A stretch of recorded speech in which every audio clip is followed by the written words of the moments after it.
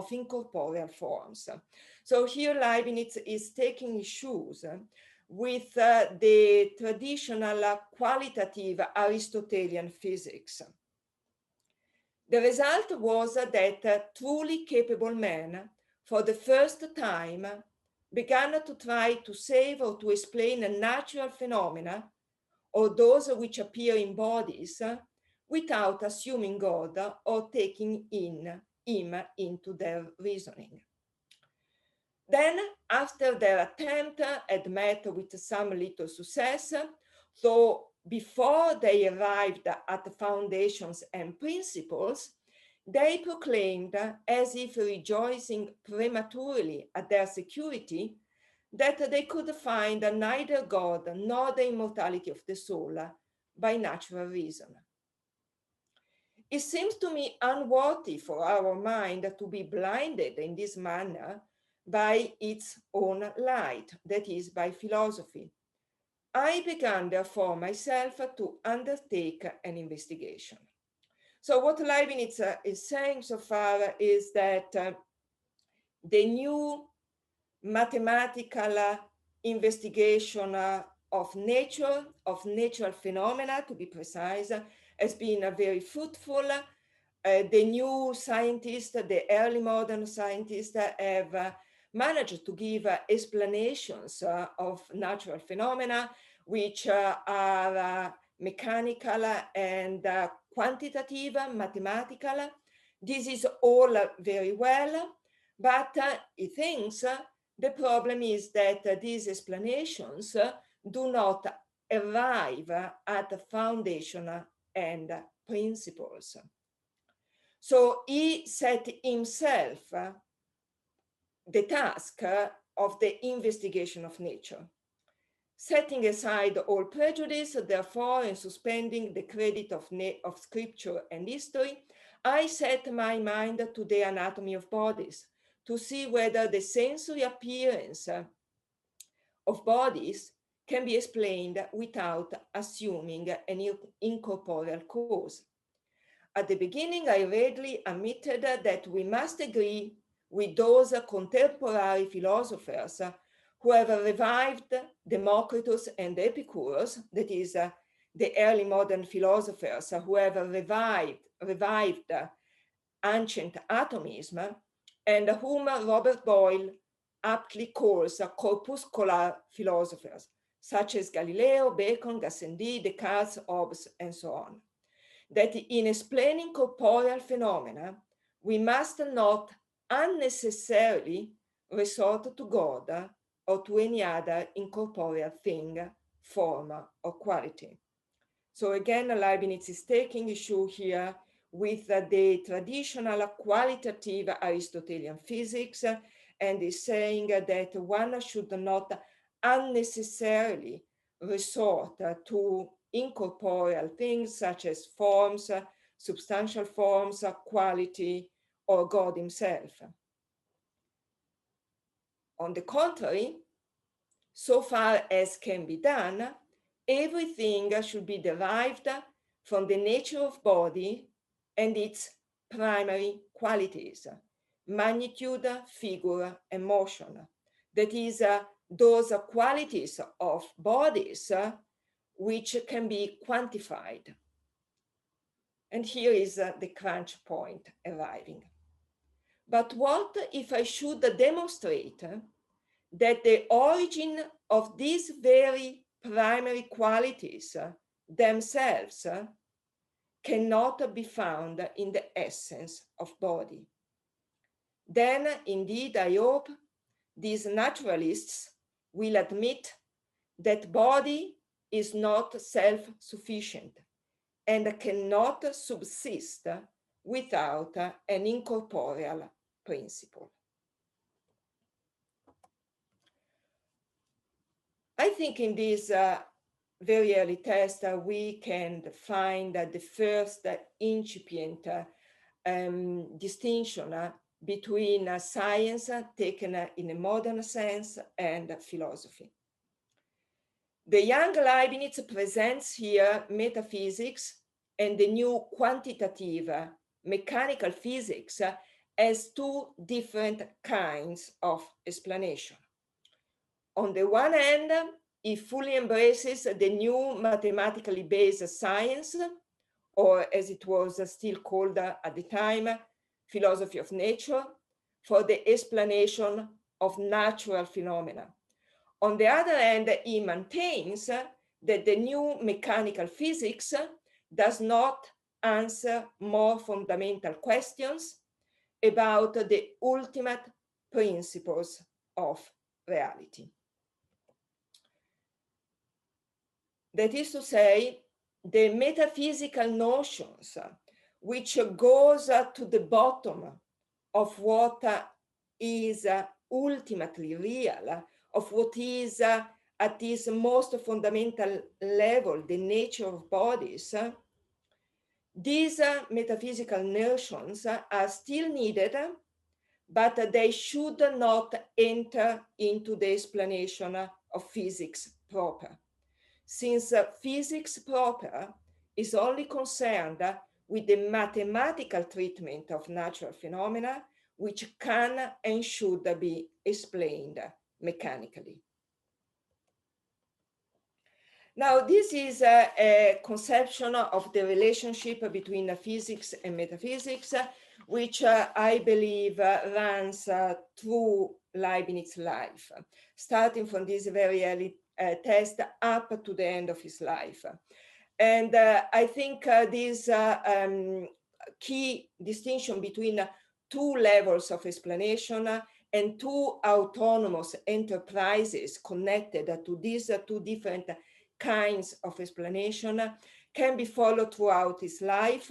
I don't have here the time to go to a textual analysis of all the various phases in his philosophical development, but you have these on your handout and you are welcome to ask questions later on. I will just say that we find this conception in the Discourse on Metaphysics, which is the middle period of Leibniz. We find this in the correspondence with Antoine Arnauld from the same period. We find it in his later period in 1695 in the New System of the Nature and Communication of Substances. And we find again this key distinction in the very latest period of Leibniz's life, in texts of 1702 and as late as 1714, 2 years before the end of Leibniz's life. Now, there are some objections to these interpretations which I am proposing. That is, to my view, that for Leibniz, physics is concerned with the mathematical and mechanical descriptions and explanation of phenomena without extension of metaphysical entities such as substantial forms to physics proper. And in proposing this interpretation, I am, as it were, distinguishing my position from the interpretation of other Leibniz scholars. Now, the first objection to this interpretation is to say that Leibniz's key principle of equivalence between full cause and entire effect is fundamental both for physics and Leibniz is very explicit about this, is a metaphysical principle. So according to Leibniz, let's just explain briefly what is this principle. According to Leibniz, it follows from the equivalence between a full cause and entire effect that force must be estimated from the quantity of the effect that it can produce, leading to Leibniz's fundamental objection to Cartesian physics, that it is not the quantity of motion, mass times speed or mv, which is conserved in the universe, but the quantity of force, mass times the square of speed, or nv square. Now, it is clear that this is the principle of equivalence between a full cause and the entire effect. It is clear that for Leibniz, this is a metaphysical principle, but it seems that it has a key implication for physics, proper for physics itself. Now, it seems to me that what Leibniz is saying with this principle is the following. With regard to the relationship between physics and metaphysics, the metaphysical principle of the equivalence between a full cause and the entire effect demands that in physical calculations, we use the quantity of force estimated by the future effect with all sorts of fruitful consequences. It is in this sense that this principle is employed in physics. This raises, however, a metaphysical problem that is a problem which does not impact on the mathematical description of phenomena, but has a crucial import for our conception of the nature of bodies as requiring an intrinsic power of acting, which is manifested in the quantifiable features of bodies that enter into our calculation, but does not reduce to them. So that is the way in which I propose to read Leibniz's use of these metaphysical principles in his physics. Now, a second objection is that how can there be these distinctions, these two distinct levels of explanations in Leibniz if Leibniz defends the use of final causes also in physics. Now, it seems to me that with regard to Leibniz's defense of the use of final causes in physics, the thing to say is that there is a use of final causes in physics which is consistent with a distinction between physics and metaphysics. And that is the way in which Leibniz is proposing to use final causes in physics. What Leibniz is saying is that also in physics proper, sometimes we don't understand physical phenomena well enough in order to give a mechanical explanation or a detailed explanation of how these physical phenomena work. But it is very useful heuristically already to say what these physical phenomena are for, what is their purpose, what is their aim. And this consideration of what is the aim, what is the purpose of physical or a certain physical phenomenon will also be heuristically very fruitful. And I think this is the way in which Leibniz defends the use of final causes in physics. And it is not the case that he is mixing physics and metaphysics. Now, a further objection is the following, and you have this on your screen, point number 3.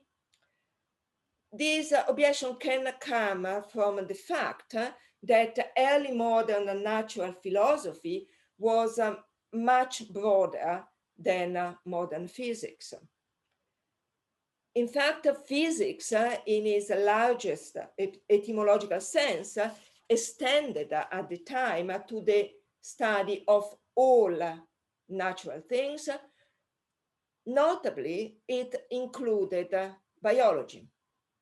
In Leibniz, the notion of living organism is crucial not only for the scientific investigation of the natural world, but also for metaphysics. So when Leibniz is speaking about simple substances and the monads, the famous monads, and how these um, simple substances come together to constitute a corporeal substance, and all these is the realm of metaphysics. He uses an organic model. So there is, for instance, a very famous passage from a letter to the Volder of 1703, in which Leibniz presents an ontological scheme according to which corporeal substance is conceived as an animal made one by a dominating monad, and the dominating monad dominates an organic machine constituted by an infinite aggregate of monads. So the objection or the question is not in the case at least of the life sciences, which were conceived as part of natural philosophy, is not the case that at least in biology, in the life sciences, the distinction between physics and metaphysics is breaking down in Leibniz. I don't think that this is the case. Now, although microscopy and the advances in the life sciences may well have inspired, or perhaps more precisely confirmed, some of his metaphysical views, Leibniz remains very clear that monads and the world of substances belong to an intelligible order, distinct from the phenomena of the senses studied by the microscopist. Monads are not the sort of thing that if we had a powerful enough microscope, we could finally, if we really try, go down and observe. Monads are intelligible entities. They are not observable entities. They belong to a different order of things. And I think here really we have a version of the Platonic distinction between the intelligible world and the sensible world.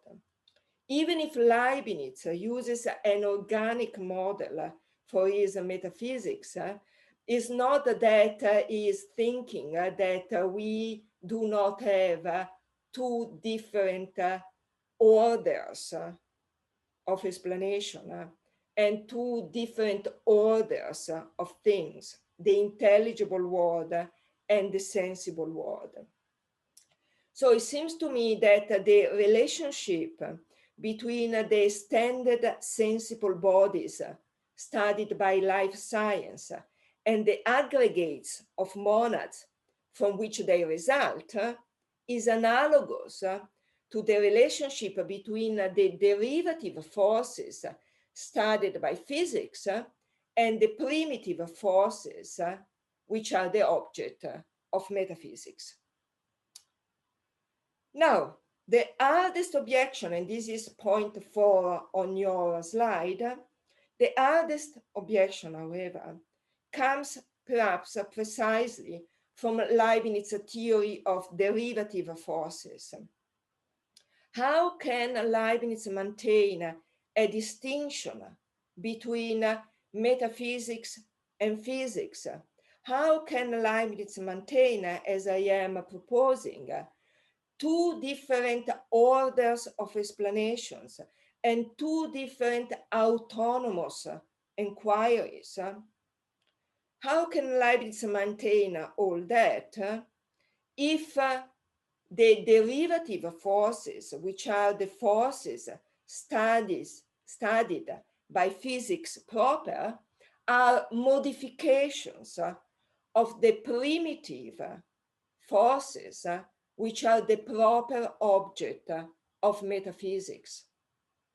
So according to Leibniz's theory of forces, what we have is the following. We have a pair of primitive forces, which are the forces which constitute the simple substance of his metaphysics, the monads. And then these primitive forces are manifested, are expressed in derivative forces, which are the forces studied by physics. And here I have my reply, and this reply is what I call a one-word view.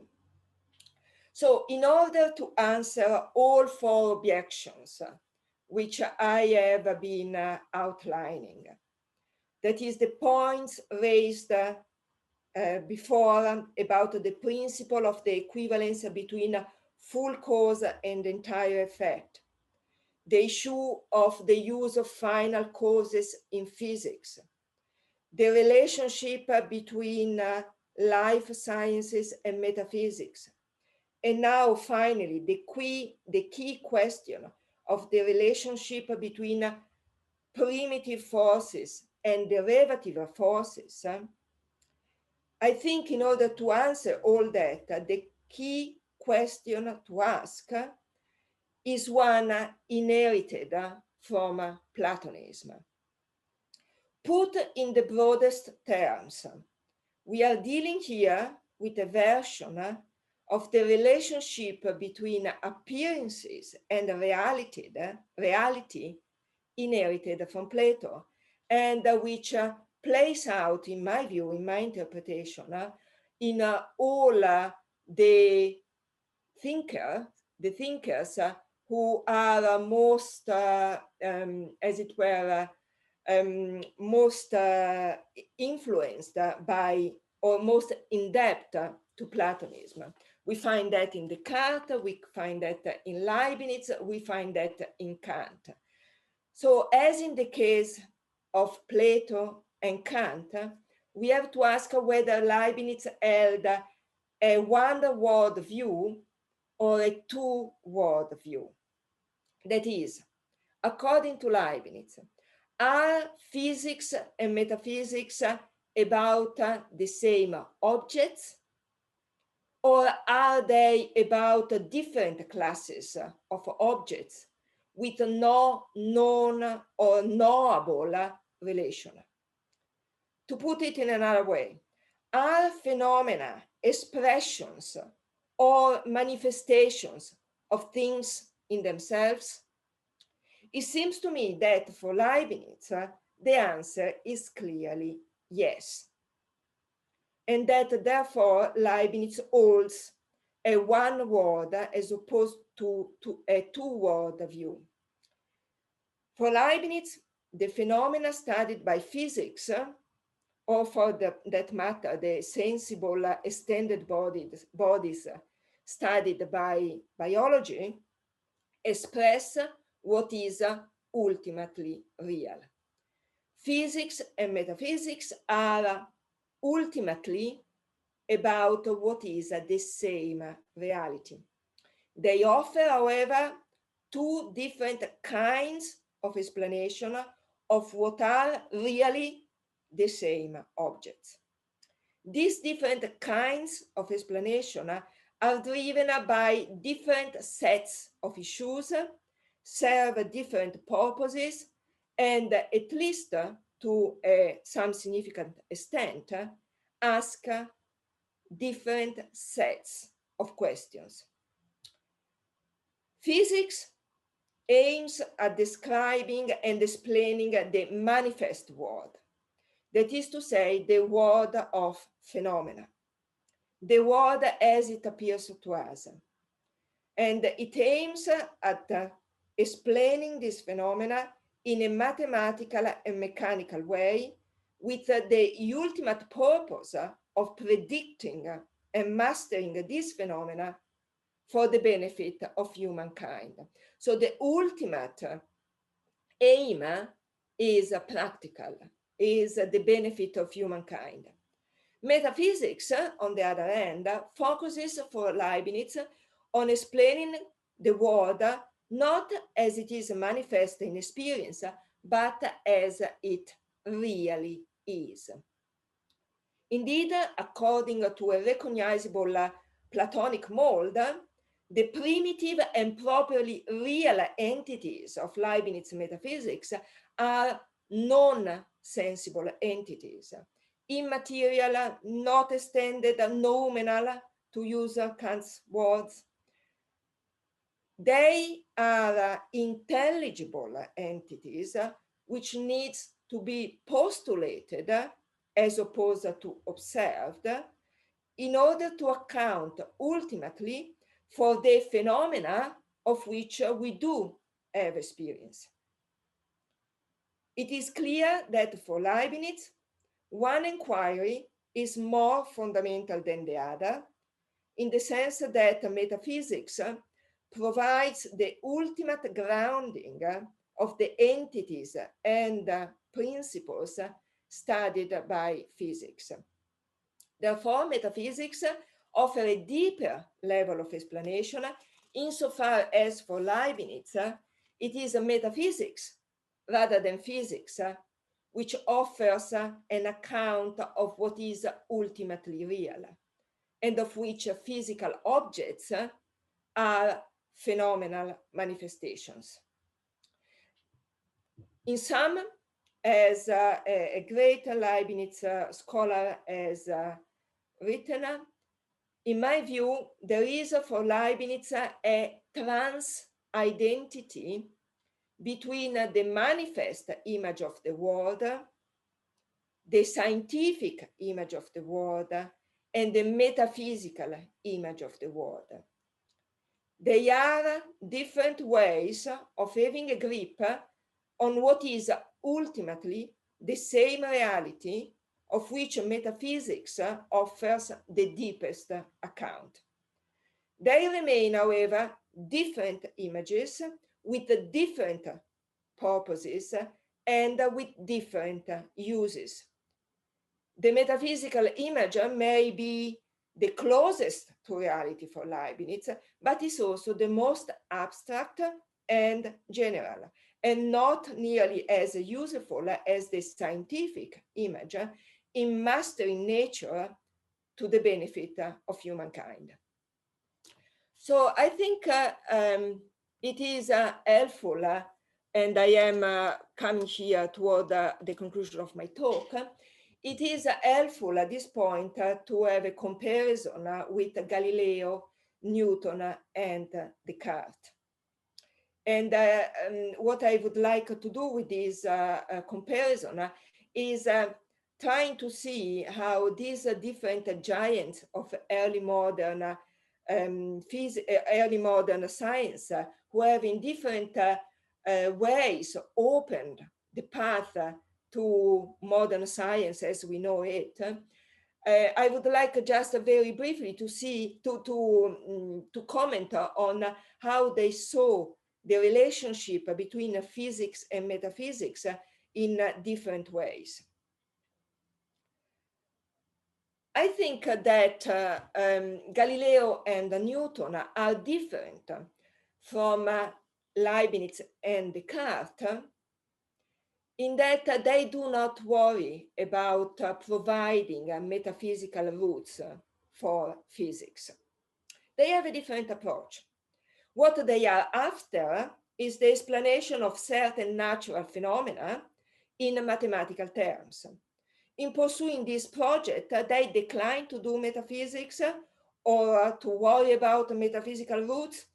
And for instance, Galileo is very interesting in this respect because he says it is a pointless tentare l'essenza, that is speculate about essences of which we have no intrinsic knowledge.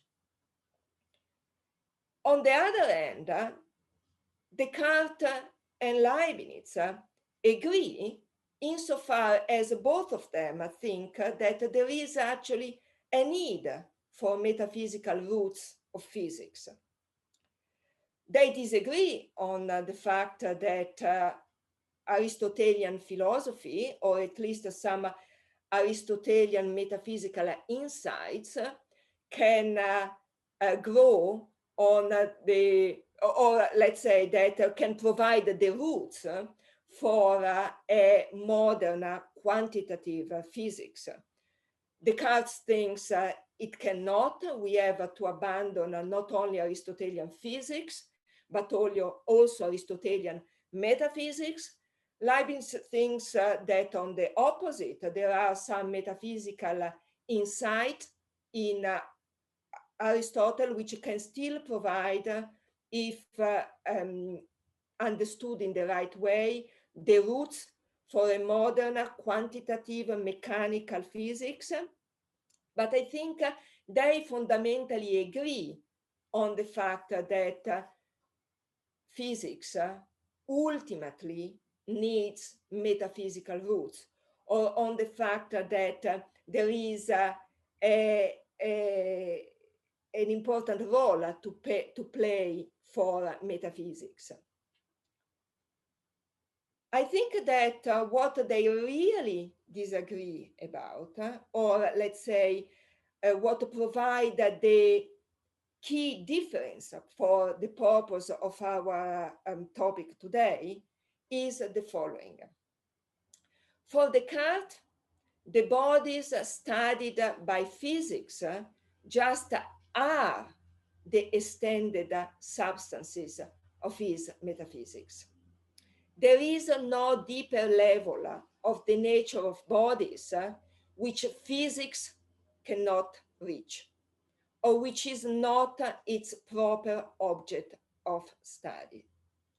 For Descartes, since bodies are, the essence of bodies is fully reducible to extension and motion, and since that is the subject matter of physics, physics gets to the bottom of what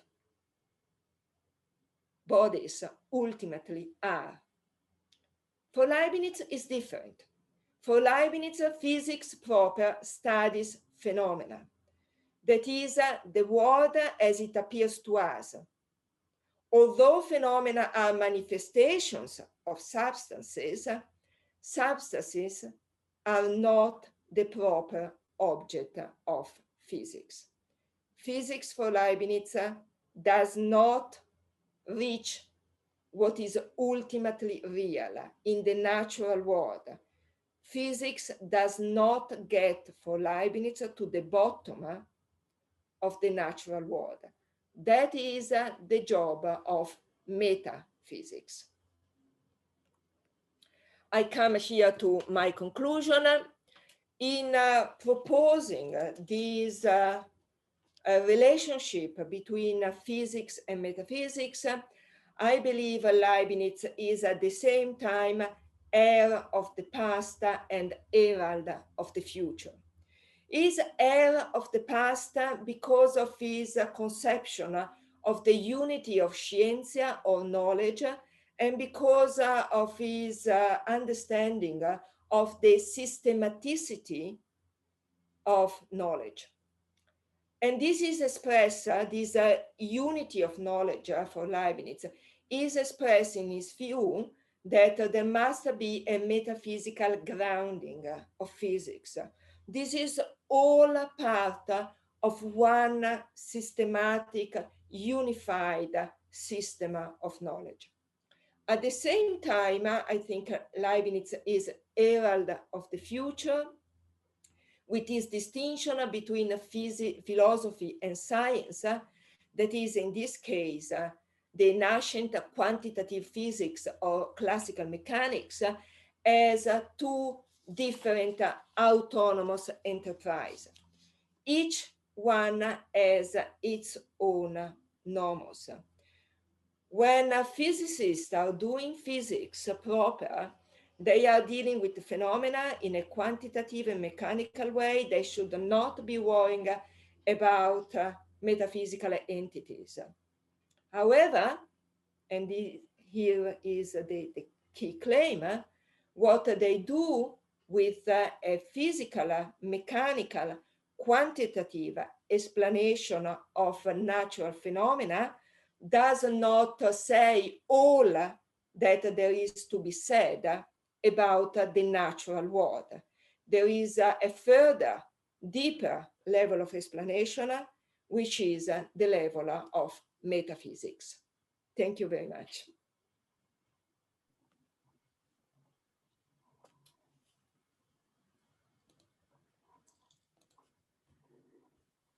Thank you very much for a fascinating talk. It's really, really interesting. We've got a few questions. Let me just start my video again. There we go. Right. We've got a few questions in the chat line. If this was an ordinary physical lecture, there would be a round of applause at this point. So you can take it as a virtual round of applause. And I thank you very much for, for that talk. We have a few questions in there. Some are very specific, some more general. Let me start with one that somebody's asked. Do you think that Leibniz would have said, or actually did he ever say, that theology or metaphysics is the queen of the sciences? Well, I am not immediately aware of anywhere where he would have said that. Let's say that although he didn't say it explicitly, he certainly would have thought that metaphysics and the metaphysical part of theology, that is to say, that part of theology that will deal with the metaphysical attributes of God, would be the sort of enterprise which gives the deepest explanation of reality. So if by this traditional view of being the queen of the sciences, you mean the science which gives the explanation of what is ultimately real, of what are the biggest questions, if you like, then in that sense, yes. But not in the sense that everything should be run by theology in its more confessional or dogmatic understanding. Okay, thank you very much. Another question here is that you said in your talk that the purpose of physics for Leibniz is practical. It's for the benefit of human life, predicting the order of things. Did Leibniz think also that there is a benefit for the good of human life in metaphysics? And if so, would the benefit of metaphysics be greater than that of physics? Yes, that is a very good question. And it allows me to say something broader about Leibniz's outlook in general. So Leibniz was involved and contributed in an exceptional, original way to all sorts of really very theoretical enterprises. So logic, metaphysics, but also what he did about physics was at the very theoretical end of all that. However, he thought that the aim of all that, metaphysics, logic, physics, and so on, the ultimate aim of all that is the good, the happiness of humankind. So that is the ultimate aim of all that we are doing with our theoretical or practical enterprise. It is all aimed ultimately at the happiness of humankind. And so in that sense, also metaphysics as physics, as technology, ultimately will be aimed toward increasing the happiness of humankind. So for Leibniz, it is really a unified picture of knowledge. And metaphysics could not do it by itself, because metaphysics is what provides an ultimate explanation of reality. But Leibniz understood very well that in order to improve the happiness of humankind, all sorts of other aspects are also needed. There's a question that may follow on from that one here, which is that what then is the relationship between physics and metaphysics? Are they autonomous? And does that mean they're unrelated? No, they are not unrelated. They are autonomous. They have, each one of them have as its own normals, its own set of rules, aims, methodological priorities and all that. But they are absolutely not unrelated, not for Leibniz, because metaphysics provides the roots, the ultimate the ultimate level of explanation for Leibniz is a metaphysical level of explanation, and that provides also the ultimate principles and grounding for physics. So I would definitely say that they are not unrelated. This is the key thing. They are not unrelated, but they are autonomous. Each one has its own methods, its own aims, its own principles. So the idea is that when you are doing physics propers, explaining phenomena in a mechanical and mathematical ways, you are not to be worrying about metaphysical principles. But that does not mean that metaphysical principles are unrelated to what you are studying. Thank you. Thank you. Here's a question. Do you see a parallel between the thinking of Leibniz, who says that physics studies phenomena, and thinking of some neo-Aristotelian philosophers of science like Nancy Cartwright, who says that physics studies the manifestation of causal powers? Yes, I think there will be a parallel there. So what Leibniz is proposing is not at all something which nowadays is, as it were, regarded as so outdated that it does not have something substantive to contribute as a model of how we could see the relationship between metaphysics and physics. Quite the opposite. I think that Leibniz's proposal is as alive as ever, and it can provide a fruitful way of thinking of this relationship also nowadays. Let me say that Leibniz is definitely not a physicalist. So it does not think that physics gives us all the important, all that there is to say about the nature of bodies and nature in general. Leibniz thinks that physics has a very important role, but then there is another level of explanation which is not reached by physics. Thank you. Here's somebody who says they have a question about your comparison of Newton and Descartes. Mm-hmm. They say, first of all, you maintain that Newton did not provide metaphysical roots of physics, mm-hmm. and yet they go on to say the broad range of scholarships developed exposing that his notion of gravity at a distance was inspired by metaphysical, even a Neoplatonist deviation from mechanical models.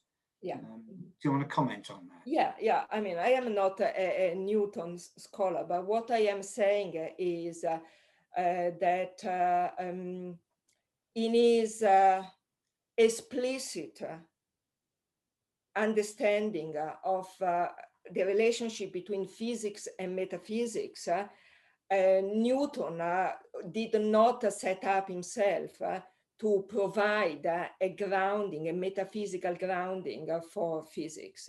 And in fact, he was quite annoyed with Leibniz because there are letters in which say, oh, that Leibniz is forever going back to metaphysics and the monad and this and that, and we are doing something different.